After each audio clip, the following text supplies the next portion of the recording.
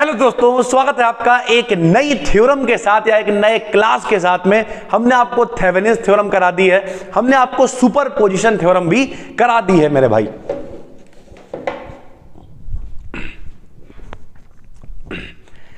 Hello दोस्तों, स्वागत है आपका एक नई थ्योरम या नए क्लास के साथ में। हमने आपको थेवेनिन्स और सुपरपोजिशन दोनों थ्योरम्स करा दी हैं सर, ठीक है। जो नॉर्टन्स थ्योरम है ये भी आप मान के चलिए लगभग थेवेनिन्स थ्योरम का ही बदला हुआ रूप है, तो ये बिल्कुल आसान है, आपको बिल्कुल भी कठिन नहीं लगेगा सर, ठीक है। सबसे पहले हम स्टेटमेंट लिखेंगे। स्टेटमेंट के लिए हमने क्या लिखा, एक सर्किट बना दिया। सर्किट किस तरीके से बनता था, बिल्कुल वैसे ही सर्किट बना हुआ है। देखिए सर, यहां पर हम लोग एक बैटरी लगाया करते थे सर, बैटरी लगी हुई है बिल्कुल। उसके लिए इलेक्ट्रोमोटिव फोर्स कितना हो जाएगा, E। उसका आंतरिक प्रतिरोध यानी इंटरनल रेजिस्टेंस कितना हो जाएगा, R, ठीक है। एक प्रतिरोध यहां लगा हुआ है, एक यहां लगा हुआ है और एक लोड प्रतिरोध RL लगा हुआ है। यहां से टोटल करंट कितनी चलेगी, I। उधर लोड प्रतिरोध तो कितनी चली जाएगी, IL। I में से IL चली गई तो कितनी बचेगी, I माइनस का IL, इतनी करंट बचेगी मेरे भाई, ठीक है। बिल्कुल वैसे ही है, कुछ भी नहीं किया, ठीक है। अगर हम लोग क्या करें, सर्किट को बदल बदल के लिख सकते हैं। मान लिया अभी थोड़ी देर के लिए लोड प्रतिरोध को हटा दिया, RL को हटाया, तो प्रतिरोध कौन कौन से हैं अपने पास, R1 है, R2 है और एक आंतरिक प्रतिरोध R है मेरे भाई, ठीक है। अगर इन सारे प्रतिरोध को हटा दें तो उनकी जगह पर एक सिंगल रेजिस्टेंस लगा सकते हैं, जिसे हम लोग थेवेनिन्स रेजिस्टेंस कहा करते थे। ये थ्योरम वो थ्योरम क्या कह रहे हैं, बदला हुआ रूप है मेरे भाई। तो सारे रेजिस्टेंस हटा दिए, उनकी जगह पे सिर्फ एक प्रतिरोध यानी एक रेजिस्टेंस लगा दिया, जिसे कहेंगे RTH। RTH का मतलब क्या हो गया, थेवेनिन्स रेजिस्टेंस, ठीक है भाई, इस तरीके से। और उसके बाद RL जो अपना लोड प्रतिरोध है उसे वापस लगा दिया। यही तरीका होता है। सबसे पहले लोड प्रतिरोध को हटाया, जितने भी रेजिस्टेंस थे उन्हें मिला के एक नया रेजिस्टेंस बना दिया, जिसे रेजिस्टेंस को कहा थेवेनिन्स रेजिस्टेंस। और उसके बाद जो RL यानी लोड प्रतिरोध हटाया था उसे वापस लगा लिया, ठीक भाई। क्या स्टेटमेंट है, लीजिए सुनिए। इस थ्योरम के अकॉर्डिंग कोई दो टर्मिनल हो, एक्टिव हो, लीनियर हो, बाइलेटरल हो नेटवर्क, एक constant current source in parallel with resistance से रिप्लेस कर सकते हैं, इसे थेवेनिन्स रेजिस्टेंस कहते हैं। यानी कितने भी रेजिस्टेंस हो उन सब को हम लोग रिप्लेस कर सकते हैं एक सिंगल रेजिस्टेंस से, उसे हम लोग कहते हैं थेवेनिन्स रेजिस्टेंस, ठीक है भाई। तो सबसे पहले निकालेंगे potential drop across the load terminal edge. Load terminal के बीच में पोटेंशियल ड्रॉप कितना होगा, आपने पढ़ रखा है B बराबर होता है IR। B बराबर क्या होता है सर, IR होता है। उसके अलावा यहां देखिए सर, इसे देखिए यहां पे, अगर हमसे कोई कहे, जरा ध्यान से समझिएगा, A और B, तो देखिए सर ये और ये दोनों किस में है, समांतर क्रम में है। समांतर क्रम में मतलब पैरेलल में है। पैरेलल के लिए फार्मूला क्या होता है, 1/R बराबर 1/R1 यानी RTH प्लस का 1/R2 यानी RL। जब इसका एलसीएम लेंगे, नीचे आएगा RTH, इनटू में आएगा RL, ऊपर आएगा RL, प्लस में आएगा RTH, यानी R का मान कितना आ जाएगा, RTH आएगा, गुणे में RL आएगा, बटे में RL आएगा, प्लस में RTH आएगा मेरे भाई। ये R का मान आएगा। क्यों, ये दोनों समांतर क्रम में, हाई स्कूल में पढ़ रखा है। समांतर यानी पैरेलल के लिए होता है 1/R बराबर 1/R1 प्लस 1/R2। तो ये इतना R आएगा, यहां हमने डायरेक्ट ले रखा है। करंट कितनी है, I, तो बताइए वोल्टेज कितना हो जाएगा, V बराबर I इंटू R। तो अगर आप ये सोच रहे हो कि ये इंतजाम कहां से लिख दिया, RTH इंटू RL बटे में RTH प्लस RL, कहां से लिख दिया, तो मेरे भाई ये कहीं से नहीं लिखा। वो जो दोनों अपने पास रेजिस्टेंस है, एक लोड वाला और एक टोटल हटा के जो एक लगाया है थेवेनिन्स वाला, उन दोनों को पैरेलल में अगर जोड़ेंगे तो ये आ जाएगा इतना रेजिस्टेंस और B बराबर IR यानी इतना वोल्टेज होगा भाई, ठीक। ये तो है थ्योरम। अब हमें अगर प्रूव करना है तो हम इसी को लेके आएंगे मेरे भाई। तो कैसे प्रूव करेंगे हम जरा देखिए। हम लोग क्या करेंगे, जो अपना पहला फिगर है, हमने आपको बताया था, जिन बच्चों ने नहीं देखी है मेरी दोनों थ्योरम्स, इसे हम कोर्स में भी डालेंगे और चैनल पे भी पब्लिक कर रहे हैं। क्यों, क्योंकि रियलिटी है ये थ्योरम्स बहुत इंपॉर्टेंट और पेपर में आती हैं। तो अगर आती हैं तो मन लगा के पढ़िए और देखे आइए। तो जरा समझिए, हमने आपसे कहा था जहां कहीं भी तीन चीजें मिल जाएंगी, कौन कौन, अगर धारा है, प्रतिरोध है और बैटरी है, तो उसे कहते हैं मैश यानी लूप। तो यानी कुल मिला के एक लूप मेरे भाई ये इधर वाला है, एक लूप सर जी ये वाला है सर, ठीक। दो लूप हम लोग लेने वाले हैं, जरा ध्यान से देखिएगा, समझिएगा। तो सबसे पहले हमने क्या किया, पहला वाला लूप ले लिया। ये देखिए, यूजिंग KVL, KVL का मतलब Kirchhoff voltage law in FGCDF। जरा देखिए मेरे भाई, यहां देखिए F G C D F, यानी ये वाला हमने ले लिया मेरे भाई। इसमें कितने प्रतिरोध हैं? 2 प्रतिरोध हैं। किरचॉफ का नियम क्या होता है?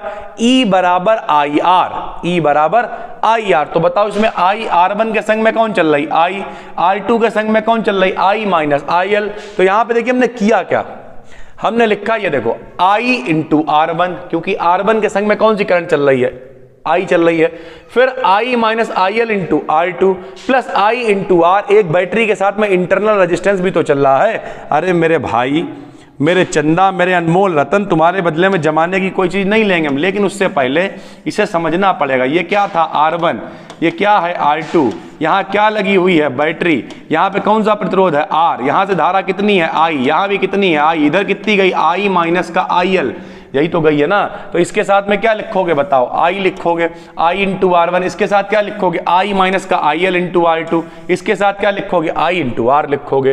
ब्रैकेट को खोल दिया, R2 को अलग कर दिया, I को अलग कर लिया, IL को अलग कर लिया, समीकरण बना ली हमने एक। बिल्कुल भी दिक्कत नहीं होनी चाहिए। ऐसी कोई भी बॉडी जिसे दिक्कत हो रही हो वो बता सकता है। बिल्कुल आसान है। क्या किया हमने? सबसे पहले पहला वाला लूप ले लिया। अब हम दूसरा लूप लेंगे, GABCG। जरा देखिए यहां पे सर, ये नाम है GABCG, ये हम लोग लेने वाले। इसमें कितने प्रतिरोध हैं? 2 हैं। पहला कौन सा? R2, दूसरा कौन सा? RL। R2 के साथ करंट बताओ, I माइनस IL।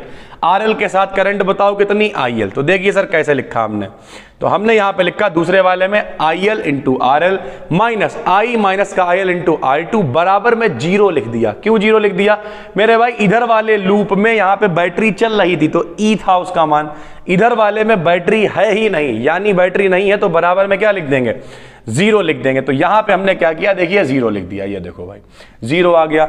जब 0 आ गया फिर हमने इसे हल किया, IL वालों को एक साइड ले गए, I को एक साइड रहने दिया और यहां से I का मान निकाल लिया। कितना आसान है। अगर पिछली आपने दोनों थ्योरम्स देखी हैं तो आप नहीं देखी हैं तो डिस्क्रिप्शन में प्लेलिस्ट है, जाके देख लेना।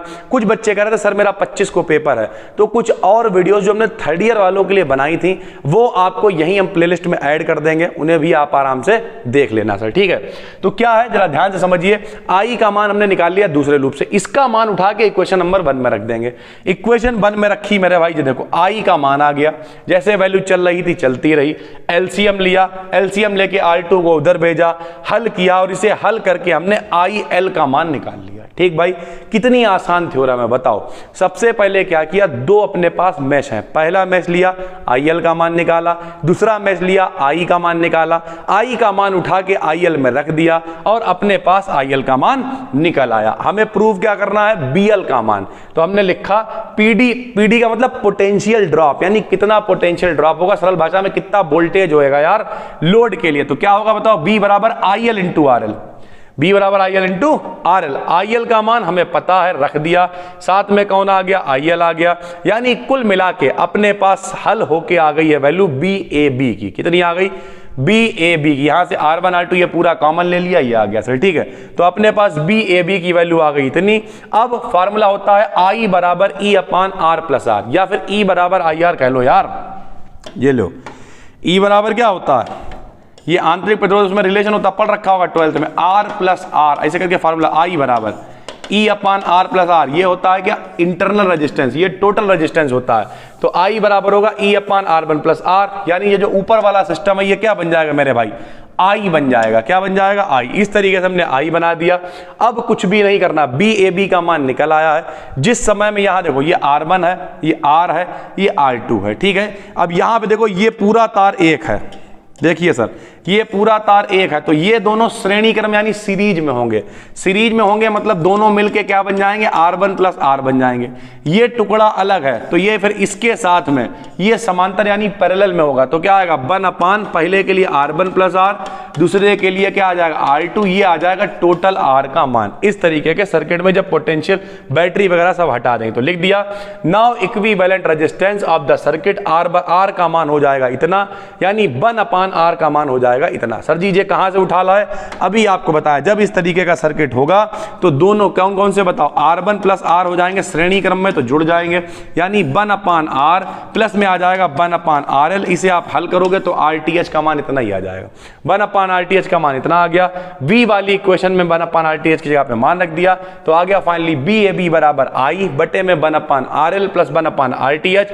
हल कर लिया और BAB का वही मान निकल के आ गया है जो हम लोगों ने ऊपर लिखा था मेरे भाई। यही थ्योरम यहीं पे प्रूव हो गई है सर, ठीक है।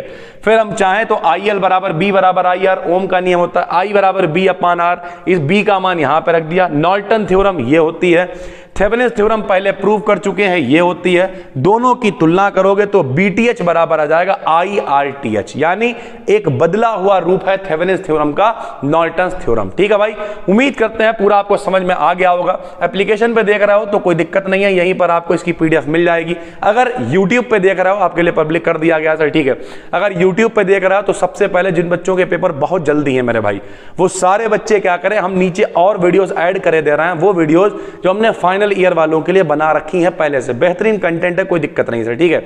उन सभी को आप पढ़िए, बाकी कमेंट करिए। अगर आपका कल भी पेपर है, जो आपको टॉपिक्स चाहिए आज ही बना देंगे, ऐसी कोई दिक्कत नहीं, आप कमेंट करके बताइए। बस दोस्तों फिर मिलते हैं, इसकी PDF आपको मिल जाएगी टेलीग्राम BD Academy BSc पे। फिर मिलते हैं, तब तक के लिए धन्यवाद।